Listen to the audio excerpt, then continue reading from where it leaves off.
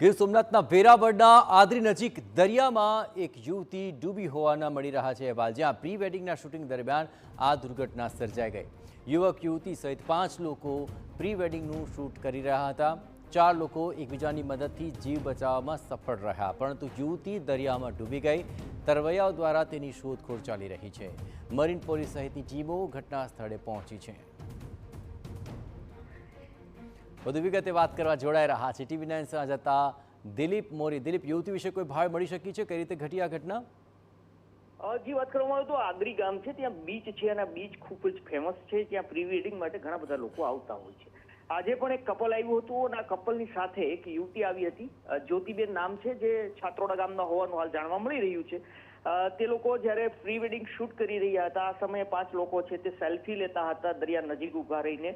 આ સમયે ખૂબ મોટું મોજું છે તે આવ્યું છે અને એ જે લોકો હતા તેને ખેંચી લીધા હતા, પરંતુ 4 લોકો છે એકબીજાના હાથ છે પકડેલા હતા, જેના કારણે તેનો બચાવ થયો છે। પરંતુ જ્યોતિબેન છે તે આ દરિયાના મોજા તેને ખેંચી ગયા છે અને તેની શોધખોળ શરૂ કરવામાં આવી છે। મરીન પોલીસની બોટો દ્વારા અત્યારે શોધખોળ ચાલી રહી છે। સ્થાનિક માછીમારોની પણ મદદ લેવામાં આવી રહી છે। અડધા કલાક ઉપરથી શોધખોળ તેની થઈ રહી છે, પરંતુ હજુ સુધી તેની કોઈ ભાળ મળી નથી। જી બિલકુલ દિલીપ, તમામ ગતિવિધિઓ પર આપ નજર રાખતા રહેજો। તો યુવતીને શોધખોળ માટે હવે સ્થાનિક તરવૈયાઓની મદદ લેવાઈ રહી છે।